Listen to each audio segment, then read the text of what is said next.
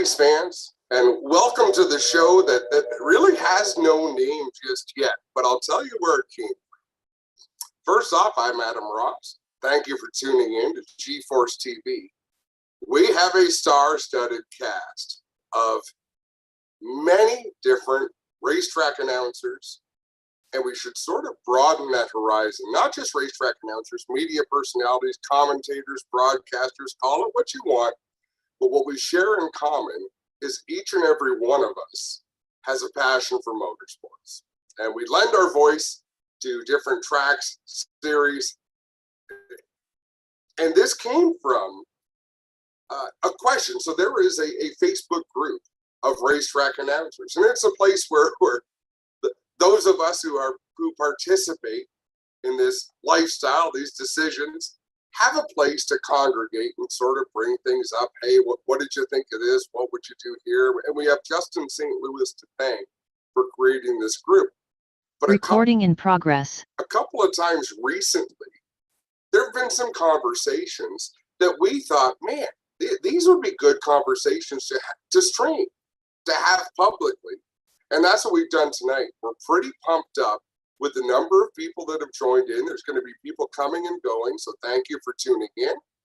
And we're just going to talk about the announcing craft and a couple of different topics. We won't have a ton of topics because I don't think we'll need them to create a lengthy conversation. We're going to start by introducing our way around the room, and I'll begin. My name's Adam Ross from Cambridge, Ontario, Canada. I've been announcing car races for 25 plus years. I lend my voice to the NASCAR Pinty Series, to GForceTV, to Ohsweken Speedway, the APC Late Model Series, and a host of other things in the summertime. You have to put up with my voice at a lot of these events. We'd like to go around the room and have everyone give that same introduction. And I'm going to try to go in order of seniority, which is going to make this pretty difficult to go around. But I do remember someone who had 40 plus years in the business. Let's start with Mr. Dave Moody. Dave, go ahead.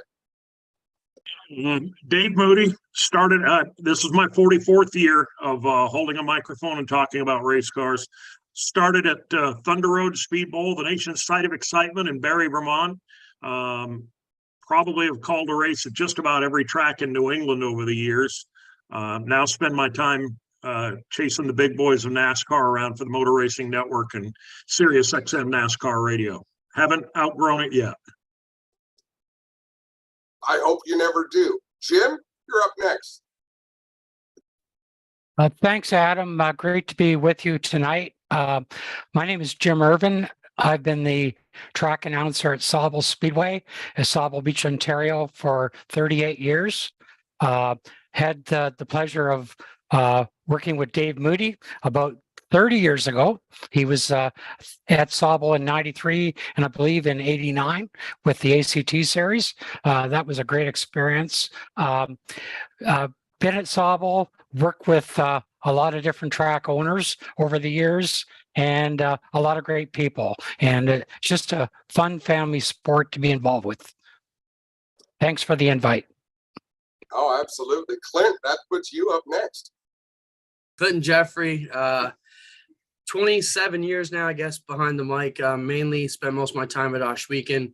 Recently with GForce, the APC series, and some NASCAR Pinty series stuff, along with TSN here in Canada. It's been a fun ride.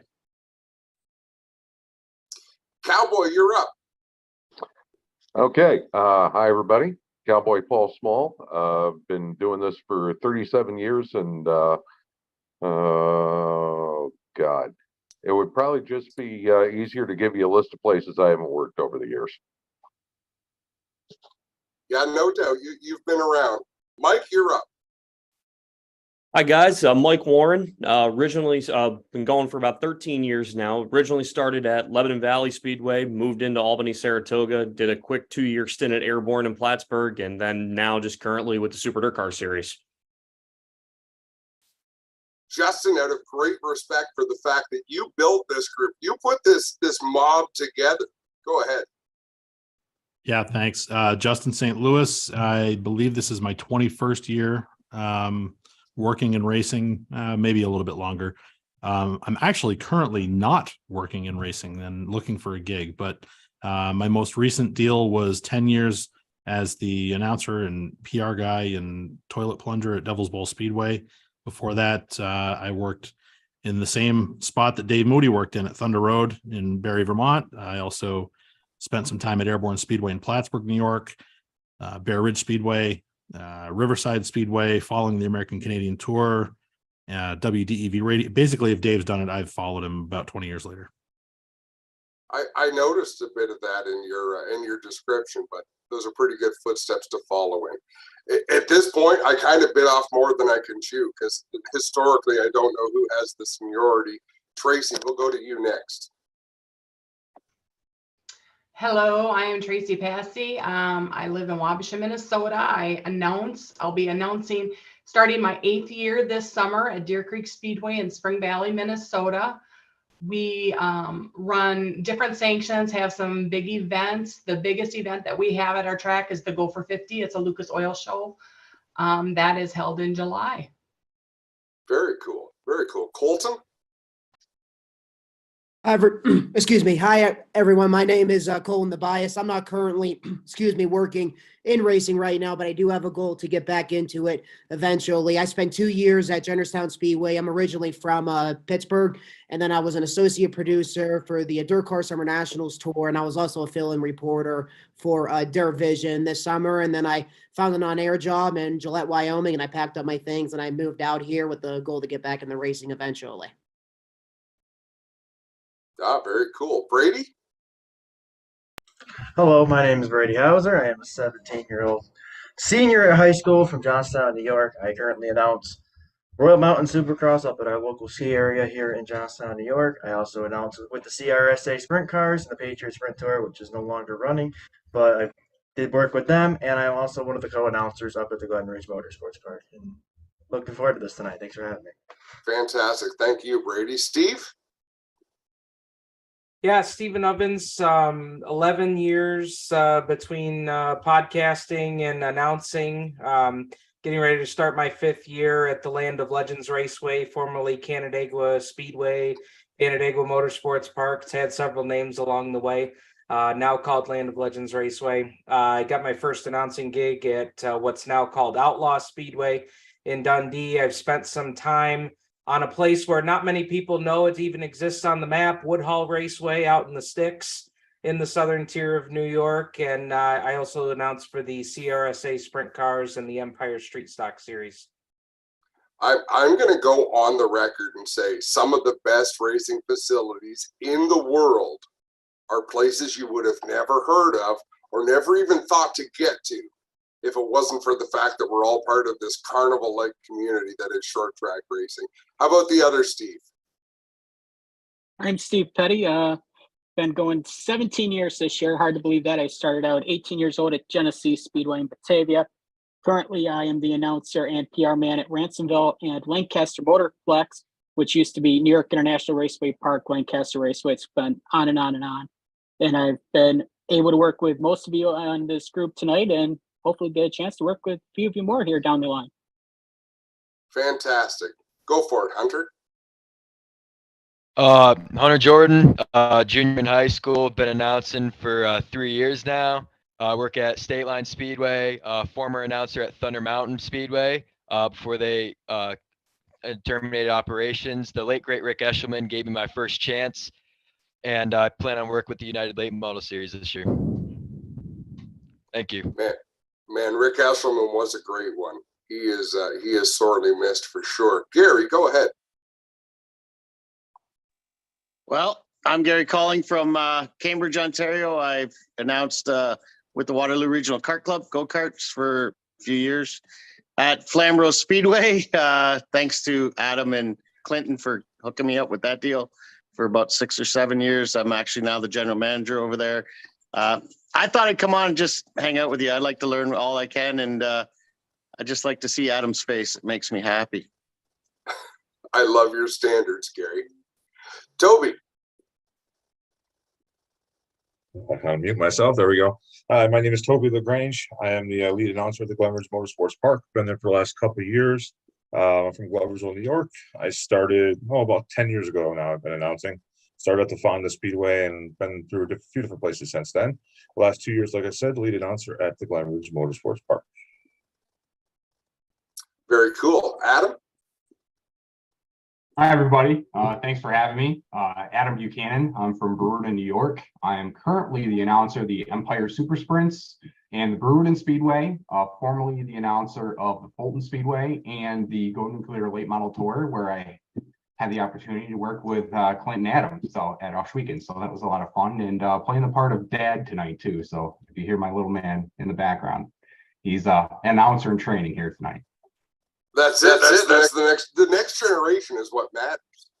And Craig, last but not least. Finally, me, Craig Kingsbury, out of Constantia, New York. Just got into racing or the announcing last season over at the Brewerton and Fulton Speedways under the wings of Mr. Adam Buchanan. So joined this and starstruck by seeing all of you guys on here, to be honest with you. I appreciate you having me on. No, thanks for joining us.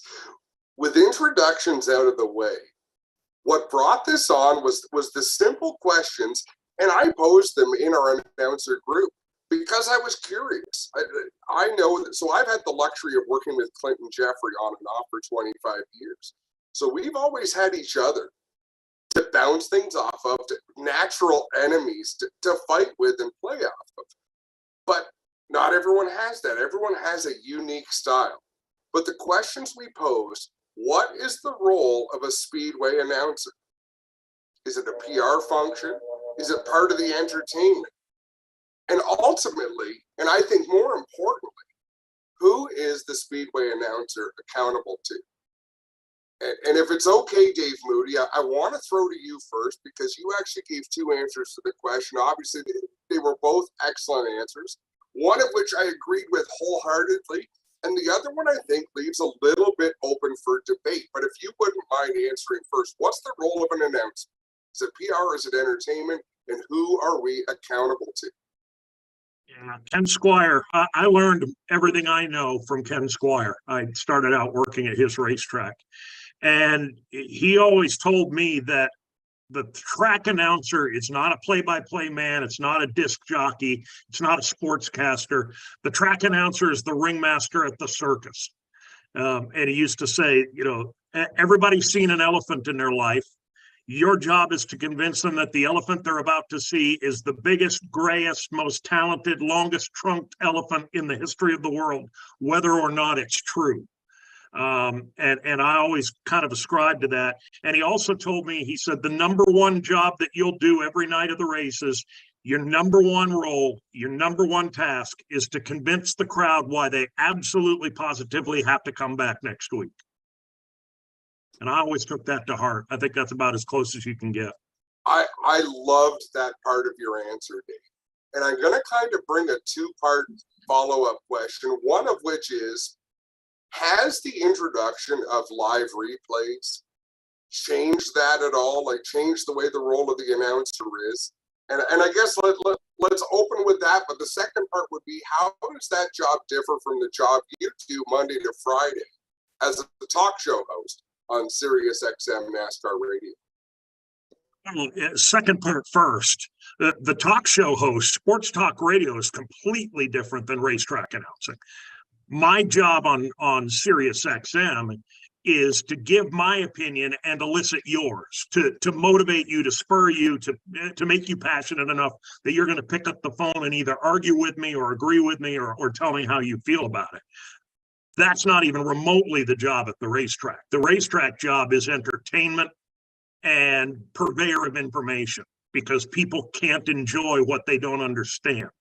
And if the heat race comes out and nobody knows the difference, or usually somewhere between 30 and 40% of your crowd on any given night is either there for the first time this year or the first time ever.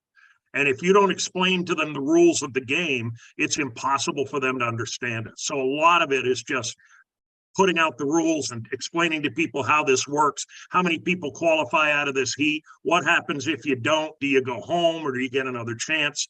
So that's a big part of that. And what was the other part? What was the other half of the question again? I'm sorry. Well, the other part was about hosting a talk show, but the other piece about track announcing is in the last 5 years, 10 years, depending where you work, we've had the opportunity of instant replay. And that's a real game changer, Dave, because when you call something live, you have to go on what you're looking at and hope that your instincts are correct and you're putting on a show. Instant replay has brought in an aspect that we didn't have before, but it can prove us right or wrong, but it can also illustrate different things that, are we allowed to say what we think happened, Dave, or do you have to err on the side of the race car drivers or the race car drivers? They're the only one that can really say what happened. Well, a couple of points on the whole instant replay thing.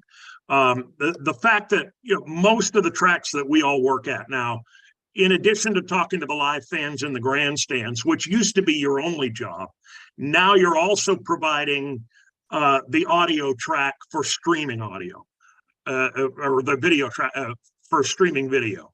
And those are two very different jobs. And it's horribly, horribly unfair to a track announcer to expect them to do both of them well, because they're almost mutually exclusive. When you've got, let's hope 5,000 fans sitting in your grandstand, and all they hear is the announcer saying, and as you can see now on the instant replay, what you're telling your crowd in the grandstands is, you went to the trouble to come out here tonight. You bought, $25 worth of gasoline to drive here. You paid $20 to get in, and some guy that never left his house is seeing more than you're seeing, which is just a horrible message to be sending to your paying customers. And I get it that not many tracks can afford to have a separate announce team for video and for in-person fans. But I will say this, I don't think anybody at home ever got mad because all they heard was the racetrack PA call. A lot of people in the grandstands get mad because the announcer's talking to a crowd that isn't even at the racetrack tonight. So on the rare occasion where I have to do both, I err tremendously on the side of talking to the people in the grandstand, because the people at home don't mind that. The other way around, they mind it a lot. Man, that's an excellent point. And I know I'm not the only one that feels that way, because I'm looking at a screen with a lot of nodding heads. I want to go to Mike Warren, because in my opinion, dirt vision is one of the greatest things to have happened to short track racing. And Mike now is the voice of the Super Dirt Car Series. Where is your focus? So the same questions go to you. What is the function of the announcer? And furthermore, with Dirt Vision, with a great production team behind you, how does that change the way that you do your job? Well, like Dave said at the beginning, streaming wasn't a thing when I started. So it's a whole new learning process that it's been, and unfortunately COVID put us in that spot. But for now, like for Dirt Vision, it's kind of a hybrid for me for the Super Dirt Car Series races, because we have the video board at the racetrack now. So the fans that are in the stands can see the exact same replay that you're seeing at home go across the screen, assuming everything's working. Obviously, technical difficulties will change that, but you're still there as part of the show for those at the track first, in my opinion, and then everybody else that's there. But you're still broadcasting to people all over the Northeast, and actually, in our case, all over the world in certain cases.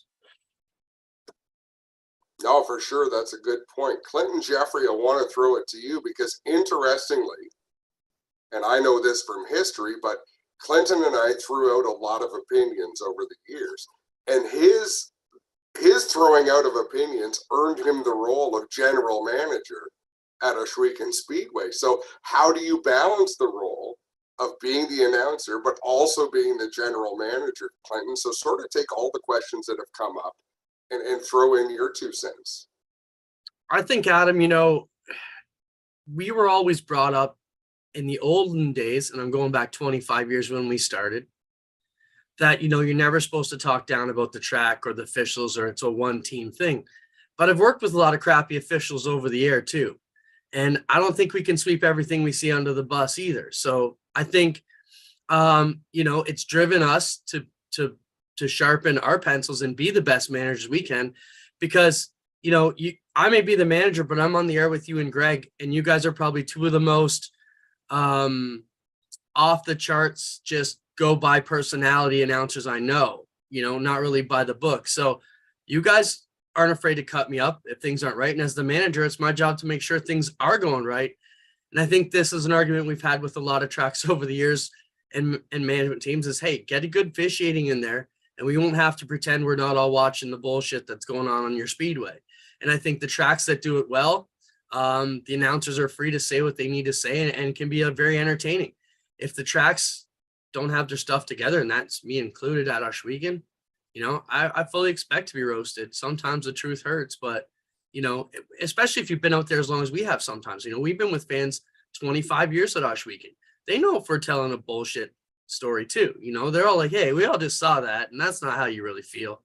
I think the biggest thing you got to be, genuine to a certain level to yourself and your fans too. I can't disagree with you there. You've got to be genuine, but we also play a character. When you turn on the microphone, you want to add some flavor. So Paul Small, I want to go to you because you've been doing this for quite a long time. And you had some great moments. To me, Rush Hour on Dirt was some of the best TV that short track racing ever produced. And aside from being a phenomenal voice of motorsports, you also put a face to it. You put a character to it. So where does your allegiance lie when you go on the air? When it comes to being a character, but also giving the information you need to give? Did you have to toe a particular line, or could you say what you wanted to say? Well, the nice thing about doing Rush Hour was that we were surrounded by, and we were a crew of race fans first, television people second. And I think that's probably why the shows were as good as they were, because we all understood the game. I mean, as far as what to say, when you're on television, you have a producer in your ear, and they're going to be feeding you information the whole time. And it's your job to kind of regurgitate that information in the best way possible. I never really had anybody tell me what I could say and not say. I think the times have changed. I can remember doing races 25, 30 years ago with a co-announcer who was basically, making the call themselves on the mic every time an incident happened. And I thought that was horrible. I thought that was the complete antithesis of what we should be doing. Nowadays, I think times have changed, tastes have changed, and yeah, sometimes you got to call it the way you see it, even if some people aren't going to like it. And I have taken on that role. It bothers me a little bit because I think I'm a much nicer guy than Clinton Jeffrey. But of the pair of us, I'm the one that gets the hate mail. I'm the one that gets video, while Clinton shoots the videos of people saying, I can't stand Adam Ross. But it is very much a character, and I fill the role. When I look around this panel, Jim Irvin, I'm going to pick on you next because you're the consummate professional. You've been doing this for so long at Sauble Speedway, so there was no live streaming. Hell, there wasn't people video recording races. Have you always been a straight man, Jim? Like, to me, you call what you see, but you're very much a representative of the racetrack you work for. Yeah, I call what I see. I try to be responsible to the track. I, at the same time, want to entertain. And I have the pleasure of working with another announcer, Dave Middleton, who I call the races. He jumps in. He is comic relief, you might say, and a fun person to work with. But I think that you got to call it what you see, but without offending anybody. Don't play favorites. But I think the fans are there. They want the show. They can see through things. If you don't know what you're talking about, they're very knowledgeable. The thing about my track at Sauble Speedway, you can pick out where the same people sit week after week. If they don't come back in the spring, you want to know what's happened over the winter. You're talking to a lot of fans that are there each and every week. At the same time, we're in a beach resort that the crowd can change in the summer months. Every 2 weeks, they come to the campground for a couple of weeks to come to the cottage. So you have to explain to the people coming through the gate what's actually going on out there. So you're somewhat of a teacher as well, because a lot of people that come to the Speedway have never been there before. While at the same time, they might get bored. The people that come every week might get bored when you have to explain the rules over and over again, week after week, to those other people that that may be there all the time. Yeah, you make a great point. I'm going to go to Central New York for the next few stops on this tour, because Adam Buchanan, you announce at some places that to me are storied weekly racetracks. I mean, you've got a phenomenal show to call down there. Same questions to you. What is the role of the announcer there? In fact, if I really think about it, you probably announce more professional race car drivers, like people who make their living doing it, than most people do at a weekly racetrack, being around Brewerton and Fulton, places that you can call. Yeah, and I'd even throw it in with the sprint cars too. A lot of the sprint car guys on the ESS tour have been doing pretty well, and they've been traveling nationally. You saw a lot of people travel down to Florida and do well there. As far as the question's concerned, I think you're a little beholden to both. To touch on Jim's point, you know, you have the fan that's going to be there every week, and you got to placate them a little bit, but you also got to bring in those new fans that have been there once, or it's their first time there. You want to be sure, and the promoter is kind of giving you the keys to say, hey, we got some new people in the house. Your job is to want them to come back next week.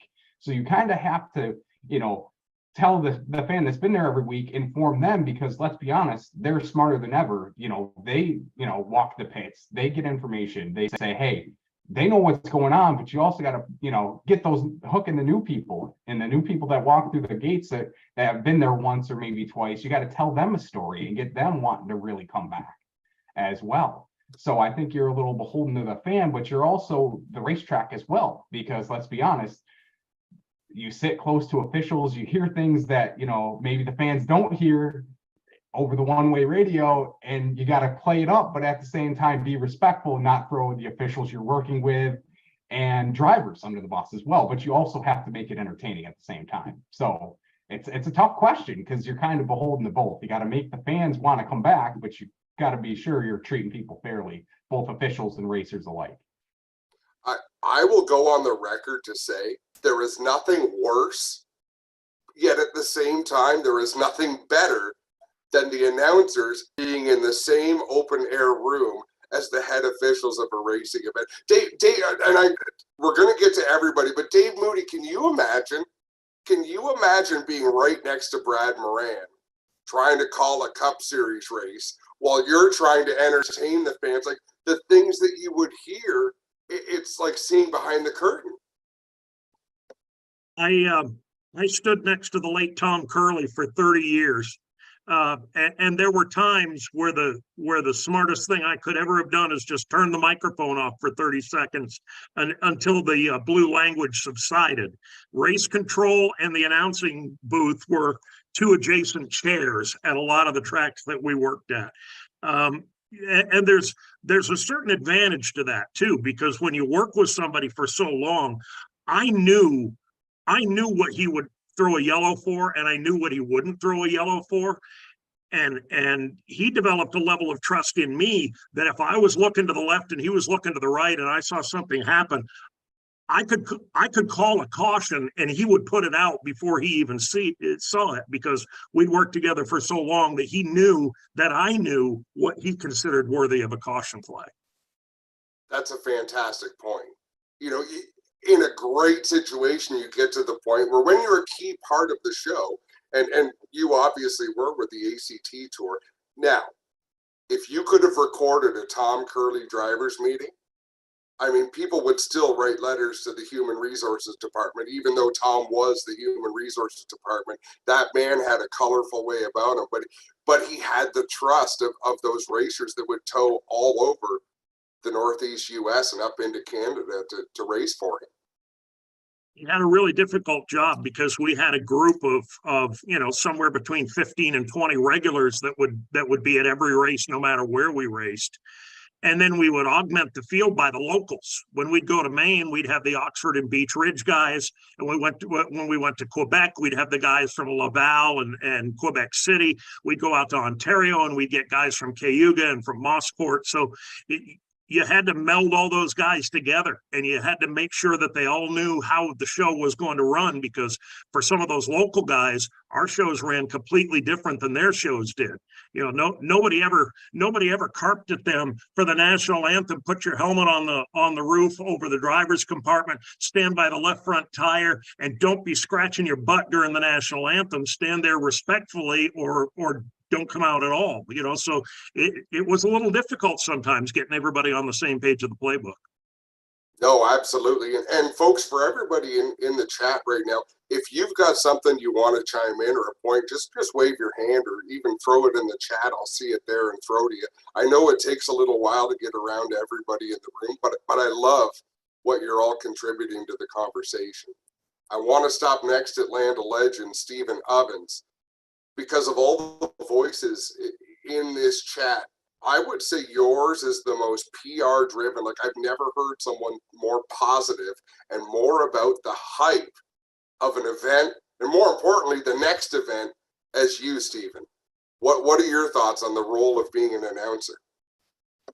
I think a lot of everybody that's here tonight has kind of echoed these thoughts. You know, that is our primary job, is when they leave the gates on race night. I just saw the best race I've seen in a long time. And if we don't come back next week, we've got to put it on our calendar to come back again. And I think saying that, I think what has even driven that point home even further at our racetrack is we are, you know, we've jumped on the live streaming bandwagon. We're broadcasting our races for free. And so with that, we are finding that we have a lot of fans that are watching our broadcast as a trial before they're going to come extend the elbow to buy tickets at our track. They're checking us out, you know, sometimes weeks, maybe a month or two ahead of time, to see, is this something that I, you know, really want to invest in with our entertainment dollars? So I think that's just it. You know, I agree with several others here. You really play to both. You know, we're fortunate to, and many tracks, you know, are starting to add these things like an infield jumbotron or a video screen somewhere where somebody can watch that live replay, so they don't feel like they're missing anything. So I think with that piece too, maybe it's a little easier if your track has that, or you're announcing, you know, with a series at a place that has that. But yeah, I really think you do kind of play to both. And yeah, like, and I think what everybody in the room would probably agree with is the reason that we can do this all so easily is because we are race fans and because we enjoy the action. And hey, if we're race fans and we're not standing on our stools in the tower while we're announcing this great race that's happening, how can we expect our fans to get excited about it? So I agree with a lot of what everybody has said here to that point, Adam. Well said, Stephen. This is why we wanted to ask opinions of so many people, because you get a little bit from everybody. I want to change up the line of questioning a little bit. We'll go to Tracy next. I want to ask, is there someone that you looked up to? Is there a reason you wanted to be an announcer? Who do you try to emulate, or who do you look up to and think, man, that's what I want to recreate when I go to work? Well, like I can't really say I looked up to anybody. I just kind of fell into this role. But Rick Eshelman was a mentor to me. So I try to take a lot of the things that he did into account when I'm doing this role. And it's a big balance, that's for sure. Playing off everything else that people have said, it's a balance between educating new fans and trying to do entertainment as well. And for our track at Deer Creek Speedway, we have private booths. So those people in the booths also have TVs and monitors, whether it's they're watching TV shows or they actually have the broadcast on, as well as in our beer garden, and there are TVs. So there are some people actually at the track that can see those replays. So that kind of, adds a little to the announcing as well with me and my co-announcer, Todd. Well, and I'll tell you something else about that, Tracy. Up until 15 years ago, people couldn't hear what we had to say as announcers.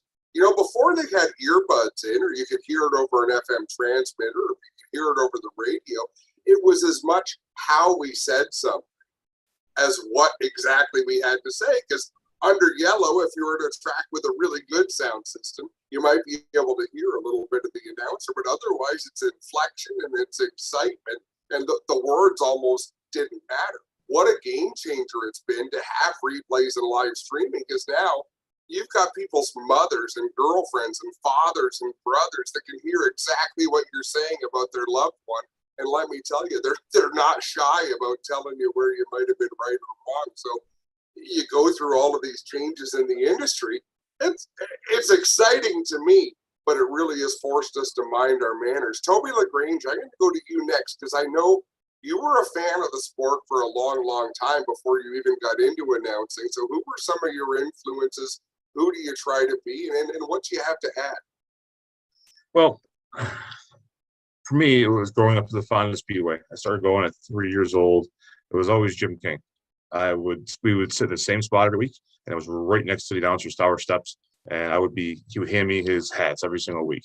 And in the 80s, I think I had probably a 200 hat collection all throughout my bedroom. And so every week I wanted to be him. I sat in those stands and I called race after race. I annoyed the heck out of everybody around me. I did it. And then for him to give me a call to literally just out of the blue, stop by his house a week before Christmas in 2013, asked me to come on and be his assistant announcer. It was like utopia for me. So that's who I looked up to. In the beginning, I tried to basically copy him. And then he pulled me aside one night in my first year and he goes, "No, do your own thing. You don't want to copy anybody. You want to do your own thing."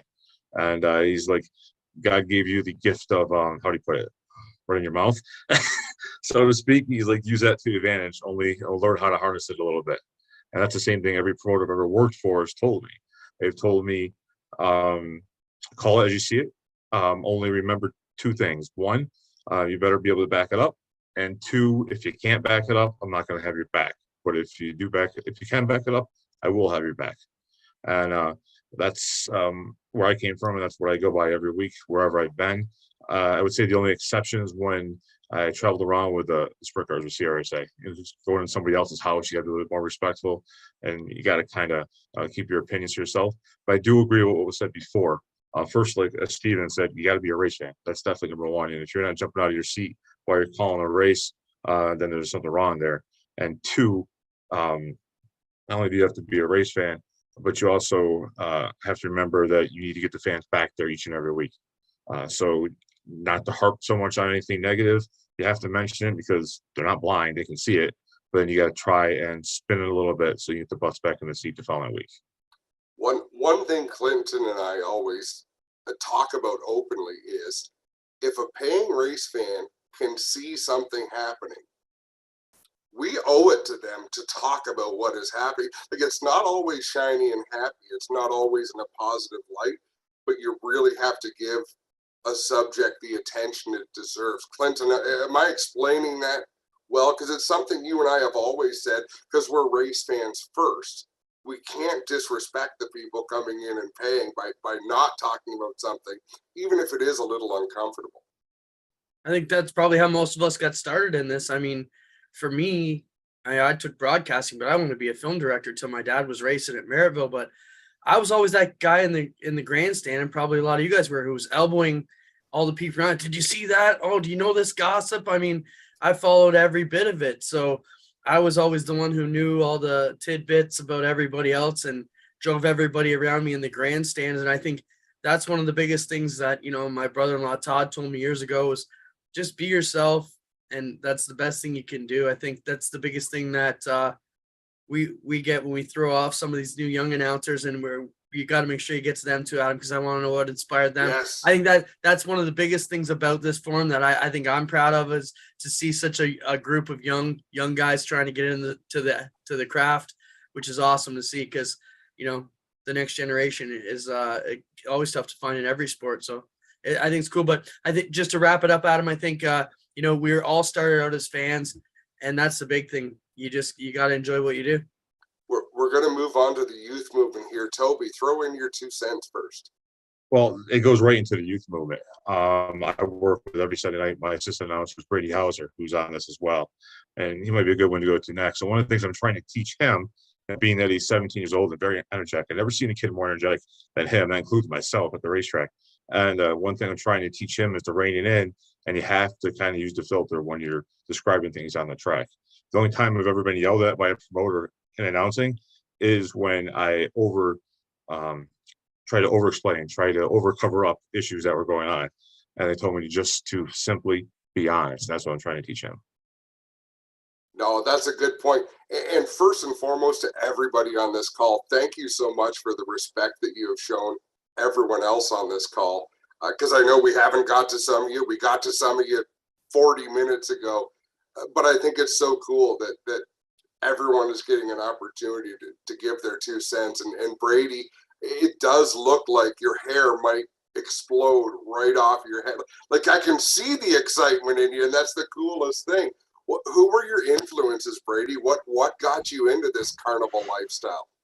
Well, it's actually kind of a unique story. I've grown up all my life. I've had autism. I've been on the autism spectrum all my life, and COVID hit. I've had a lot of struggles growing up as a kid. COVID hit back in March, and school got canceled. Everybody was out of racing was done. There was nothing going on. Oh, thanks, Toby. Now we're talking about teenage girls. Anyway, so I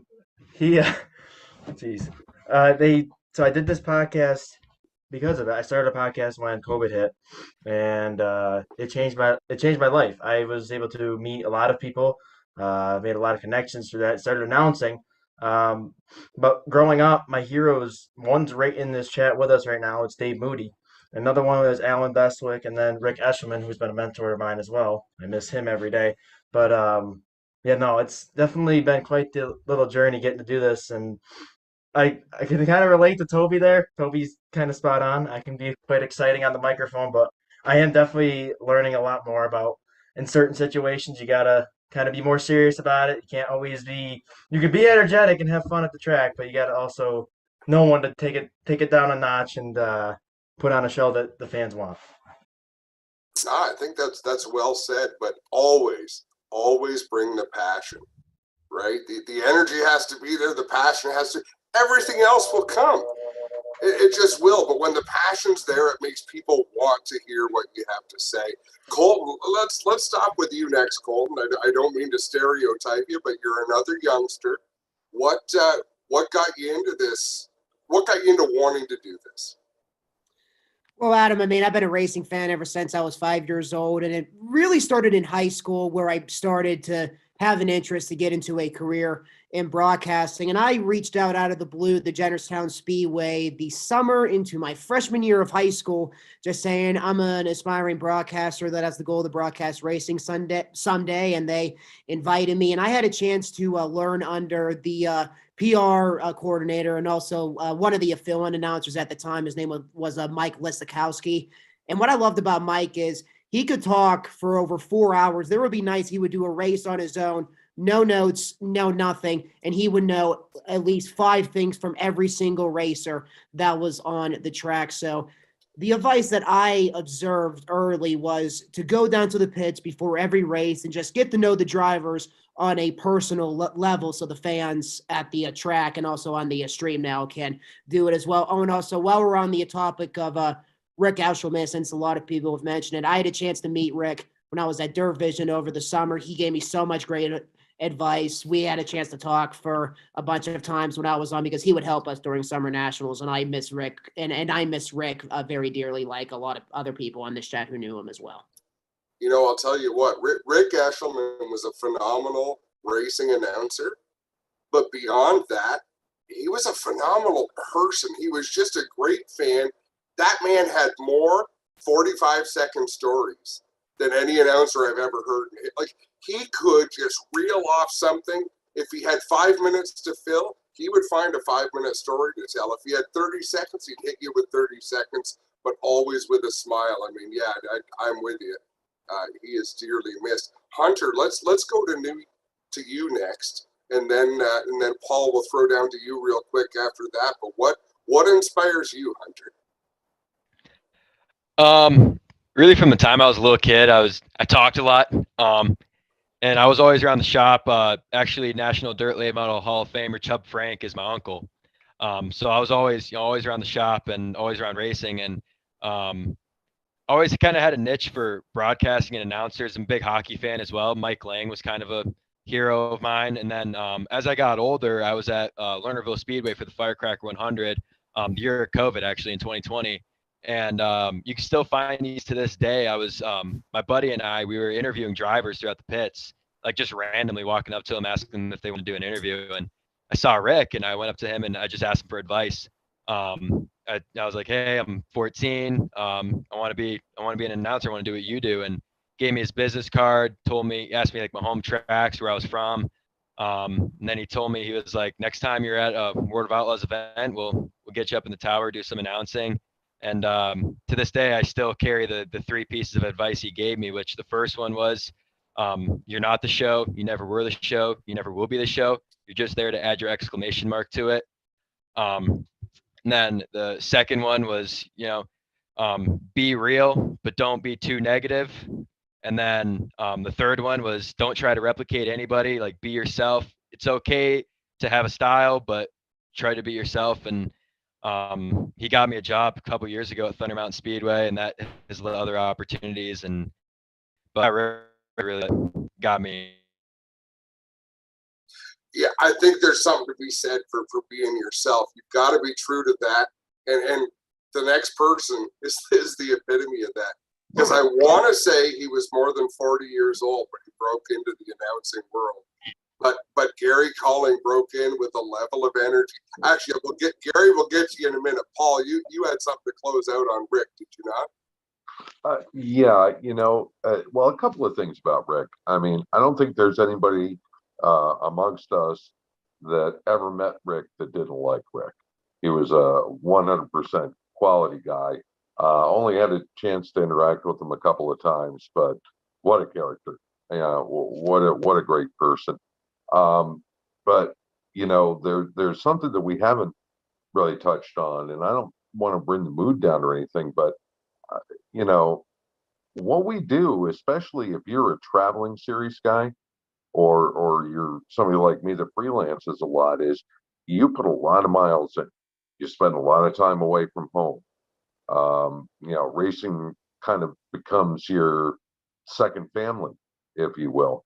And that can really wear and tear on a person. And what happened to Rick was a horrible thing. And I think if there was one thing I would say to every other announcer in the business is, if you ever get to the point where you're that depressed, for the love of God, talk to someone. We can't afford to lose any more good people. No, you're well said. And for those who know me, I am a mental health advocate. So any of you, please hit me up, send me a message.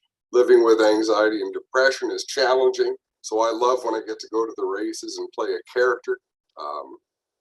But yeah, mental health is serious business. And someone who has actually been on my mental health journey with me, what a segue this is, Gary Calling, the 40-plus-year-old rookie. And I promise everybody who will ever watch this, everybody who is participating, you do not have the style that Gary Calling has, because it cannot be imitated. What made you want to get into announcing, Gary? And who did you look up to? Who did you think, I want to be that guy? Or did you just blast through and create your own mold? That's a good question, Adam. I was around racing all my life. So I grew up at Flamborough Speedway, lived in the grandstand, sat on the same spot with the Harry Nicholson family and my mom, and Dad was working on cars or whatever, but then drove go-karts and raced karts forever and cars. And so it was in my blood. I outgrew the car, if you know what I mean, kind of the seats don't fit no more. And I had kind of moved on, and my kids got into go-karting. So they were looking for someone to do a little bit of chatter through the go-kart races. So I thought, you know what a way to get the kids hyped, or the parents hyped about their kids being able to race, because some of them are 7 years old and drive better than their parents do on the road. And there's a lot of second, third, fourth generation kids racing go-karts at our club that we belong with. And then one night, one of the owners came up to me at Flamborough Speedway and said, "Hey, can you go to the tower, see Clinton?" And I'm like, "Well, who's Clinton?" Right. And so I walked up there, and Clint was like, "Hey, I'm Clinton. Who are you?" And we kind of chatted back and forth. And next thing you know, I'm kind of announcing with Clinton side by side. And me and you are good friends. And I've seen your style and where you've been in NASCAR and CASCAR and all those series.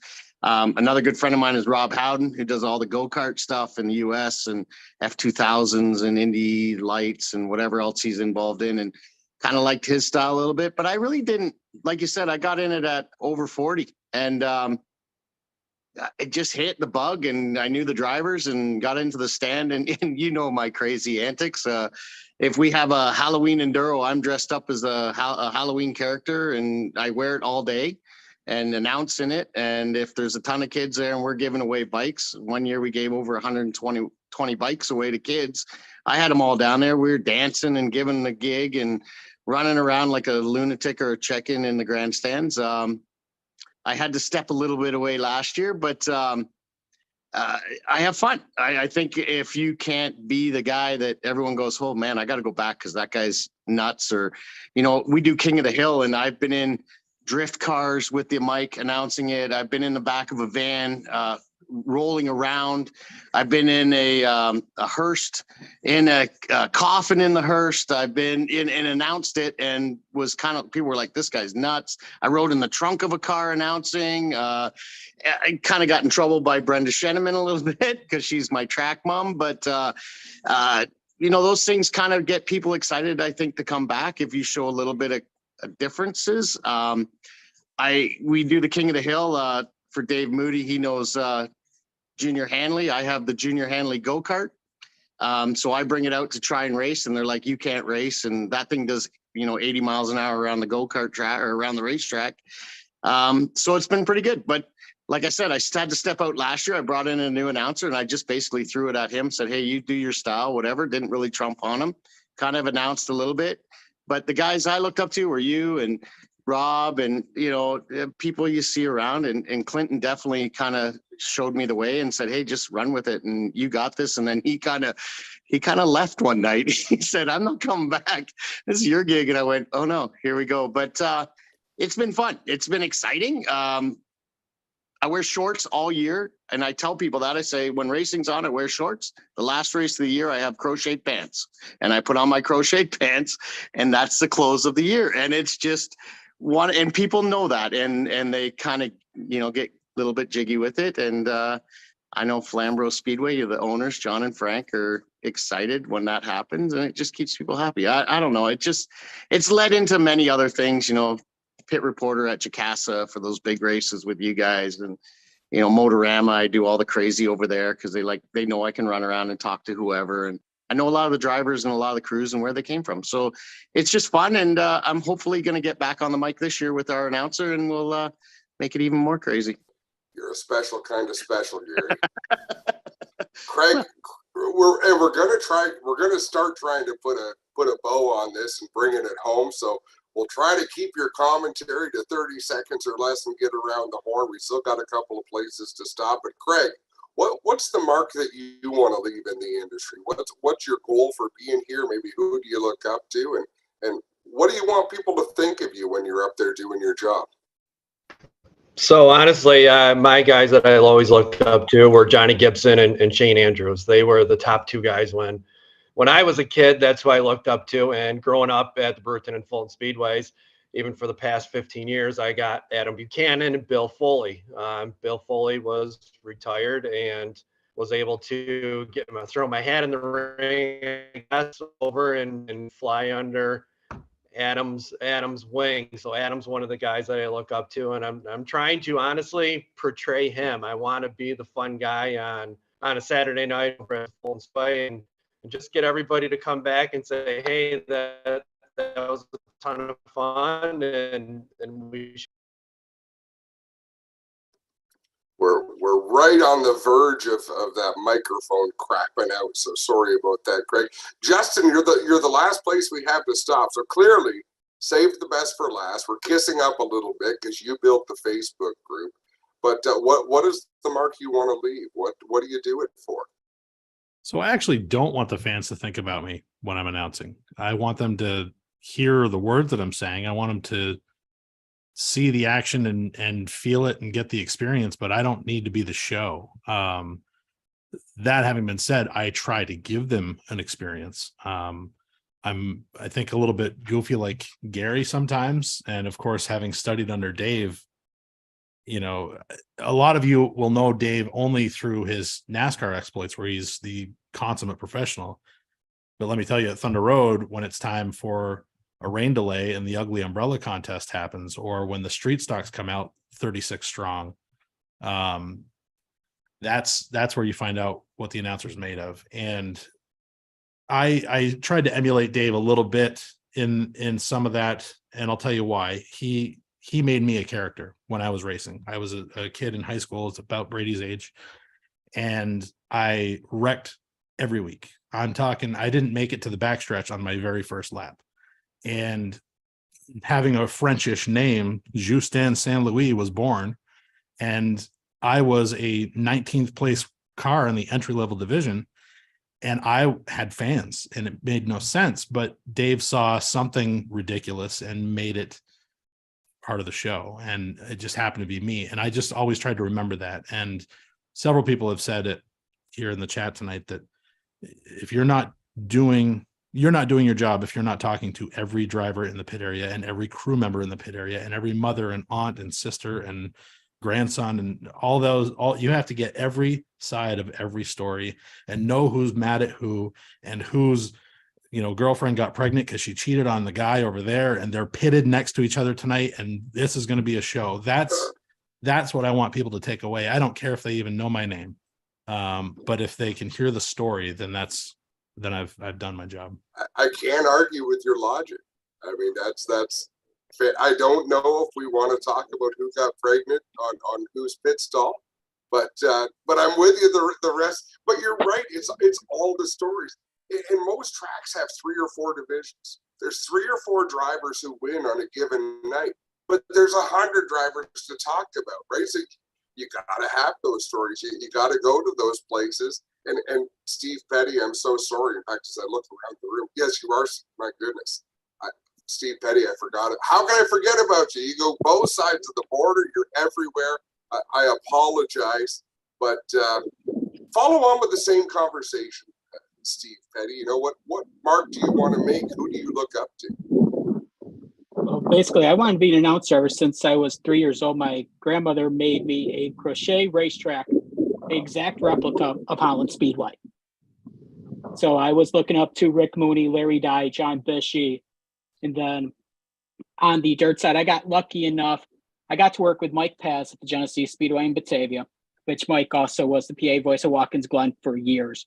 So looked up to Mike, also the late Gary Montgomery.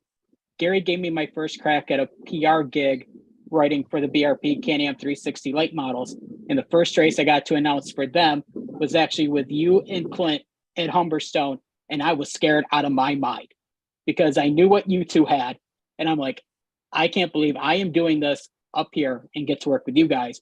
And basically, when I got to work with Dave Moody at Lancaster for the Whalen Modified Tour race, I was absolutely in complete shock. Like, how am I able to stand here and then go down and work on pit road? And I have Dave Moody and Alex Hayden in my ear for 150 laps at Lancaster. Like, you guys are working at the same racetrack that I am. I am still starstruck to this day when the series announcers come to town. I just get to sit there and enjoy the show because I have the best seat in the house every single night. That's a great point that nobody has made so far. We get the best seat in the house every time we go to the races. So I'm going to try to talk about 45 seconds or less and then just go around the room to see what anyone wants to say in closing. But I've always maintained I never wanted to be a professional. And I get that from Don Cherry. I'm going to throw some weird names out. Don Cherry never wanted to be a professional broadcaster, and I think that's what made him good at it. If I look at people who I looked up to for the work they did, it was Vince McMahon. Like, just the things you say, the way you say them, having a point all the time and having fun. But most of all, when I was young, I would go to racetracks where Jack Burgess was announcing, Oswego Speedway, Rolling Wheels, New York State Fairgrounds. If I could help someone feel the way I did it, 9 years old, 10 years old, like with eyes this big around, those race car drivers were superheroes. Count me in. That's what I want to do. But I want to do it in a way where I'm having fun. I'm just one of the fans. I just happen to have a microphone in my hand. And I commend all of you for what you bring to the table, because everybody brings something different. I can't imagine anyone being starstruck from sharing an announcer's tower with me, but that's cool. I love working with different people. So in closing, let's go around the room and like I said, in 30 seconds or less, because a bunch of racetrack announcers that are full of hot air have filled the airways for the last hour. Let's go around and see whether it's what the mark is you want to leave, something profound about why you do this or what got you into this, and that's how we'll close out the night. So in no particular order, let's start with Steve Petty. I basically just want to leave the mark of knowing that I did a good job and just still having fun while doing it. If I'm not having fun, then what's the point of doing it? Because I know the people in the stands and the viewers at home aren't going to have fun either if I'm completely bored out of my mind. Like, why am I here doing this? So as long as I'm leaving the track, having fun, being happy, I'm going to keep doing it as long as I can. Dave Moody, and you've left such a huge mark. I mean, almost everybody who has spoken has talked about someone they looked up to being the Dave Moody, either the one that's on Sirius XM NASCAR radio or the one that visited Lancaster Speedway or Sauble Speedway. What's the mark you leave on the sport? Do you have a mark you want to leave, or are you just doing your thing and you're going to ride it out? I was having fun the day I arrived, and the day I leave, it'll be because I'm not having any fun anymore. I doubt that I'll leave. I'll probably work till noon on the day of my funeral because I like what I do. You'll never work. What's the old saying? You never work a day if you love what you do. I guess if I was going to leave everybody with anything, it's just don't be afraid to have fun. Don't be afraid to laugh and make other people laugh, and maybe even let them laugh at you. We had nights at Thunder Road where we had one night where we had to stop the race. Bud Hill is the infamous natural seating area. It's dirt and grass, but we called it natural seating. And people sit up there with their cooler and whatever. And we had to stop the race one night because a lady had gone into labor up on Bud Hill. And they had to bring the ambulance up and drive it up the back walkway and go get this lady and take her to the hospital. And I explained to the folks what was going on. And I said, we have to stop for a few moments. The ambulance needs to go up on Bud Hill, where apparently we have a woman in labor. And I said, we've never had a baby born on Bud Hill before. Dozens conceived, but none ever born. And Ken Squire must have face palmed for about 35 seconds that night. And he just shook his head and walked away. But you can't be afraid to laugh at yourself and have a little bit of fun, right? And the lady didn't seem to mind either. Amen. She had other things on the go at the moment. Clinton Jeffrey, what's the mark you want to leave? I think the same thing as Dave. I mean, ultimately the mark, whether we want to or not, we are touching lives of other race fans. If you've been in this game long enough, whether you're good or bad, you're going to have enough people come up to you and say, hey, I grew up listening to you, whether they loved it or not. So we are making the mark. We are kind of shaping the future race fans. So that's super cool. On a personal level, I've really been kind of woken up to the ability we have to do charitable items. Like, for example, my young buddy, Adam Eggeter, cancer survivor, brain cancer. I met him last summer. He's a huge race fan. He was coming up near the Speedway yesterday. So I was able to swing a couple shirts for him, get him a race shop tour. Those are the things that are you don't realize, but at the end of the day, that's the really cool stuff we do. But I think, to just in closing to what Dave said, I love when we get with a young announcer, a Gary, a Steven, as these guys have come into the booth, and the first thing they say is, Clinton, how's it going? And I say, man, my guts are aching. I've eaten way too many chicken fingers down in the cash concession. And it just kind of throws them off, and it just shows them right away, we're here to have fun. That's what's really going on in my life today. And why shouldn't the fans know I ate too many chicken wings or too many flam burgers, and now I got to make a pit stop myself? But just have fun with it, I think, is the big thing. And remember, you're always touching people, whether you realize it or not. Paul Small, you've been at this game for quite a while, and you've done it in a number of different fields. What's the mark that you leave? What's the mark that you want to leave? Wow. That's a really good question. I think I just want, whatever event I'm doing, I just want people to leave feeling like they got their money's worth, they were entertained, and they want to come back and do it again. Because if they don't come back, then I don't have a job. That's probably the best way I can, describe it. So, and as far as, what level, can I break some news? Yeah. Okay. Moody doesn't even know this yet. But I just made an agreement today to do a turn for the Xfinity Series on MRN at Road America. And I'll be pit reporting for the Truck Series for MRN in Milwaukee later this year. And that's a level that I've inspired to for quite a long time. And I'm really looking forward to the experience. And Dave, I know you're going to be in Richmond that weekend, unfortunately, but thanks to everybody along the way. I know I'm going a little long, sorry, but I wouldn't be who I am if it wasn't for people like Dave and a lot of the people that I've worked with that are on this panel tonight, to share that joy, the camaraderie, the experiences, the fun, and occasionally the tears too. This is like being in a family, and I'm damn fortunate to be in this family. Well, Put Lori on the same broadcast, it could be the end of the network.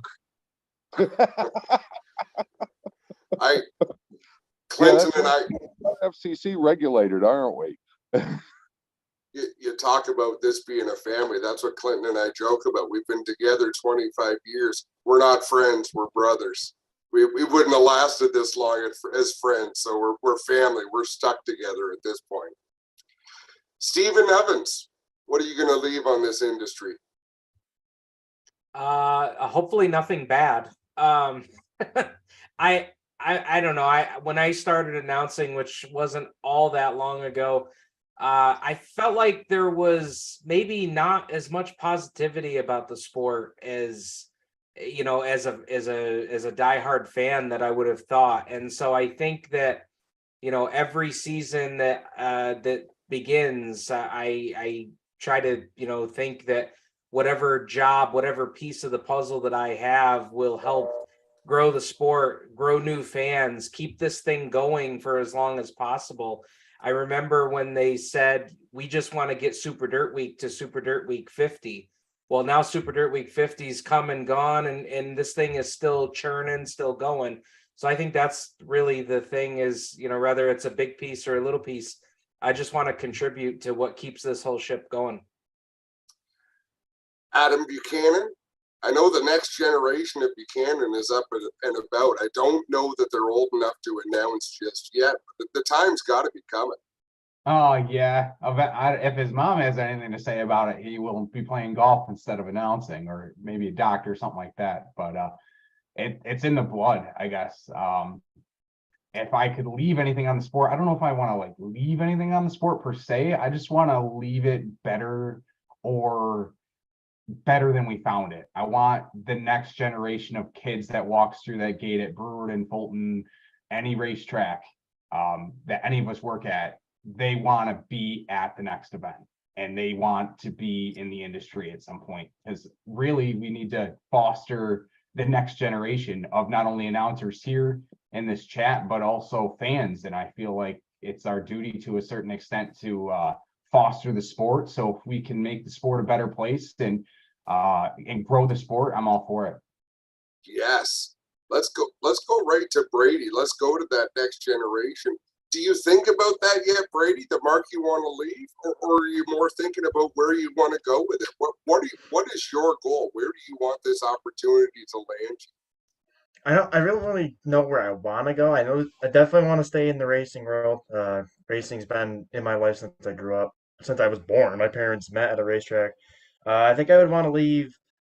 I just want to make sure I touch a live and make everybody at the track feel welcome there each and every week and having fun while they're there. Um, but mainly, Alan Bestwick, a couple of years ago, I had him on my podcast during COVID, and he told me to dare yourself to dream. And what he meant by that was, if you have a dream, and that's for anybody that's listening or in this, if you have a dream, dare yourself to reach that dream. Like it can be reality if you dare yourself and push yourself every day to do it. And I think if I'm dreaming, I'm in a dream life right now. I didn't think 3 years ago I wouldn't have been able to tell you that I'd be in a chat with all you guys and doing this. So yeah, I would say dare yourself to dream. And I don't want to keep this too long, but also for anybody that's like trying to get new into the sport, our next generation, volunteer at the tracks. Go and get out there. Yes. Go talk to a driver. If a driver might need a tire changer, a smaller team, they might not have a pit crew.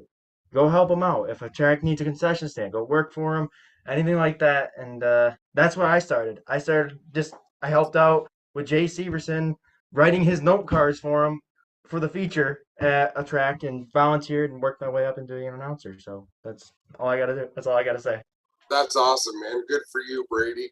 And Toby, so you've been on the other end of that. You've helped people along. You've been the one who got helped along.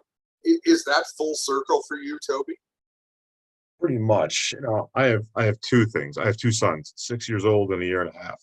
And the first thing the most important thing to me is I want to show them that if you enjoy something, work hard to get where you want to go. As you know, and some others know, I dug myself a pretty darn deep hole when I first started writing about 20 years ago. And I'm not even out of that hole yet, but it's been a long journey, sometimes fun, sometimes the fun was gone, but the fun's back. And I want to teach them, no matter what you do, no matter what's happened, if you keep working hard, you'll get there. But number two brings it back to when I was a kid. When I look back on this 20 years from now, 10 years from now, whenever I decide to hang it up, if I can touch one kid like Jim King did to me unknowingly, then my time on here has been for the best. Yeah, very, very well said. What about you, Justin?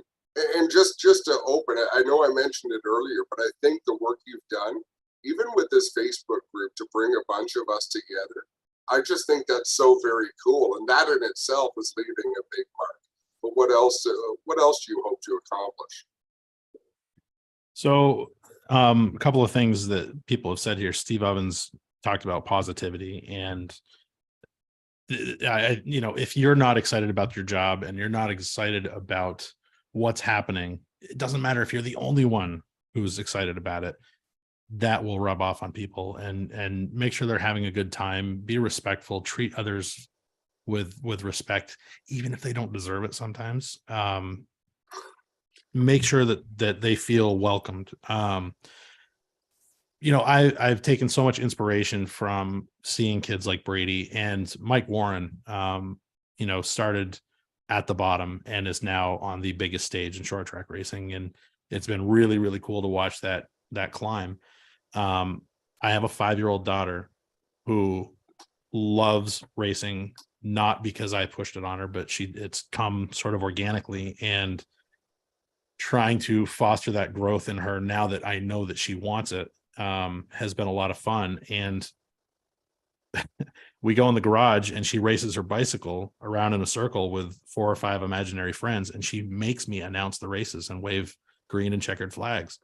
And to help her kind of build on that, because I don't think the trajectory is gonna stop. That's kind of the fun that I've had with my career in racing, and I've worked with Brady, and I've worked with Mike, and I've worked with a bunch of other young announcers, and some of them keep their foot on the gas and go all the way, and some of them hate it after one race, they're done. That's happened, and it doesn't really matter where they end up, but if they're asking questions, you damn well better give them answers, and make sure that they know that you care, that they're there, and that they're trying, and even if it's just for that one night, just help it grow.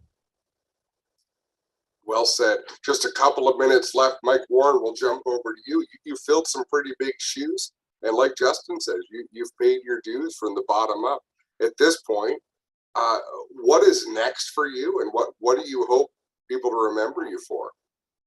Well, the first thing with that, I think the shoes I'm filling are impossible to fill. There's no question about that. I mean, Shane is amazing. There's no question. But, it's hard to say 4 races in. I'm kind of content where I am with the Super Dirt Car Series right now. I mean, obviously, if more opportunities come up in the future, you definitely got to take a hard look at it. But, this was the tour I followed growing up.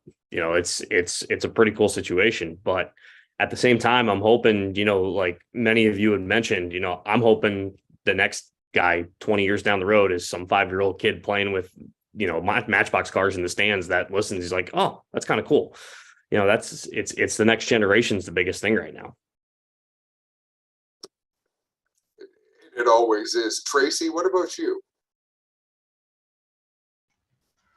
Well, my parents started taking me to the races when I was 2.5 years old. So I've been involved in racing some way, shape, or form my whole life. So as with, I'm sorry, I can't even remember who it was. I burst into announcing after 40. So with knowledge, energy, and drive, anything's possible.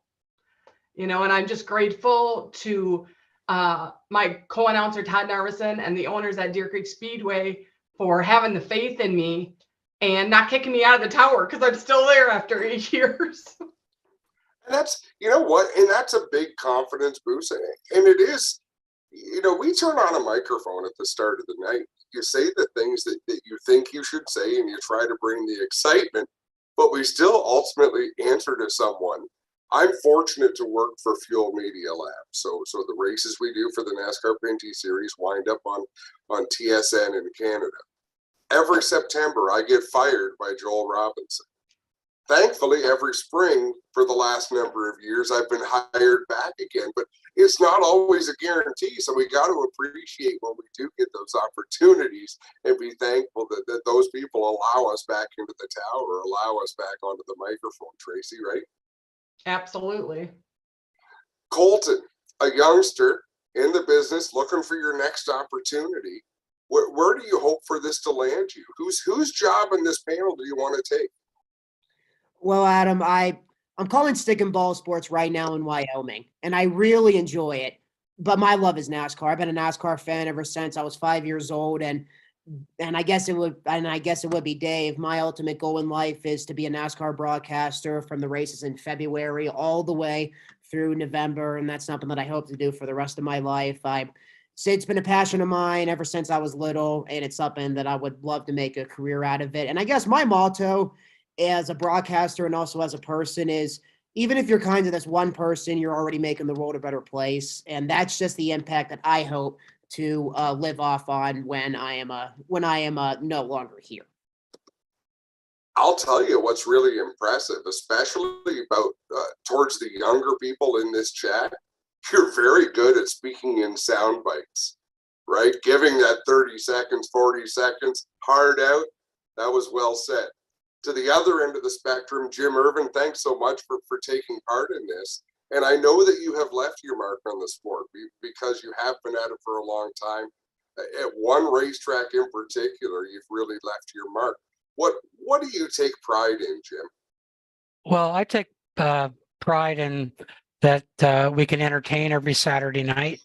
I have a story. A number of years ago, after the final race, I interviewed the feature winner, and I come back through the gate in towards the stands, and there was this couple standing there. And they said, "You're Jim Irvin." And I said, "Yes." The husband said, "I'm blind. I've been coming to the races for years. I can't see what's going on, but you tell me what's going on, and I'd like to let you know that means so much to me. And they come every week, and I always make a point of going and talking to them. His wife can see, he can't, and that makes me feel special. That was just well said, Jim. I mean, that's really, really cool. Going around the room, just a couple more stops. Craig, you're up next. That's a tough act to follow, though, Craig. What mark do you hope to leave? Man, I hope that is a tough one to follow there, but I just hope to influence the younger generation. I have two small children here, the baby who's 4 months old and Gracie who's 6 years old. She looks up to me like I'm the world, and a lot of these kids at the racetrack look up to me already like I'm the coolest thing since sliced bread, and it makes me feel like $1 million. So if I could just pass that buck on to the next generation, that's all I'm trying to do. That's all I really care about. There's nothing wrong with that. Gary Calling, I believe you're the last stop, so someone correct me in the chat if I'm wrong, but you have definitely made a mark on the sport with your work at Flamborough Speedway, but what do you hope to leave? Adam, we go back with the mental health deal. I have a daughter that struggles with mental health, and I just want to touch everyone out there in a way that maybe they have dark days, that they come to the racetrack and put a smile on their face, maybe a giggle in their pocket, and go away and say, you know what, I had a great night. I want to come back. The racing was amazing, but the announcer kind of set it off for me, and that's where I need to be in my happy place. It also helps me, helps my family, but I think that's I don't want to leave a bad mark. I just want to leave a mark, and I think I can do that. I teach kindergarten, and those kids come to the racetrack and see me running around like that, and they're like, that's my teacher. And I think it's kind of cool, and maybe they'll aspire to be what I do. So it's all fun and games. Thanks, bud. Thanks so much, folks. I don't know if this made for good viewing. I don't know if this was good media, but I know it made me feel really good. And I thank each and every one of you. Just in closing, I want to throw back to the one person who is the consummate professional in this group, because a specific thank you to Dave Moody. Dave, you have a busy schedule. You have a lot of stuff on the go, and I know it means a lot to everybody, but particularly young announcers who can look up to you and say, there's someone who made it. There's someone who started exactly where I am. And they've made it as far as you can go using your voice. So I want to thank you for your time and give you the opportunity to close this thing out. Happy to do it. It's a lot of fun. I feel like, I was very blessed, and I've said this to Justin and a bunch of the guys here that know me. I was very blessed that I went to Ken Squire High School and Barney Hall University, and I don't know that anybody else in the history of the planet can say that they were that blessed. So if I could pass a little knowledge along, a little experience along, a couple of stories along, I'm more than happy to do that. And it's doubly cool when I get to come on here and see Jim Irvin, who I haven't seen in, well, let's just leave it to a number of years, right, Jim? It's been a while. Been a couple like of minutes. 2 Brady's worth of years. Yeah, right. Thanks so much, folks. Thanks for participating. I look forward to watching all of you that I can do your craft. We'll see you in the Facebook group. To the fans who've been watching along, we'll see you at a local racetrack. So tune in. We've got people here. Boy, I'm going to screw this up. MRN Radio, GForceTV, DTD TV, Super Dirt Car Series, racetracks all over the Midwest, the Northeast, all over Canada. Rick, you can see us everywhere. Thanks so much. Spencer, as always, to you, thank you for producing this. You always make our work look better than it is. And we'll see you all in the Facebook group. Have yourselves a great night. We'll see you at the races. Yeah. Bye, everybody.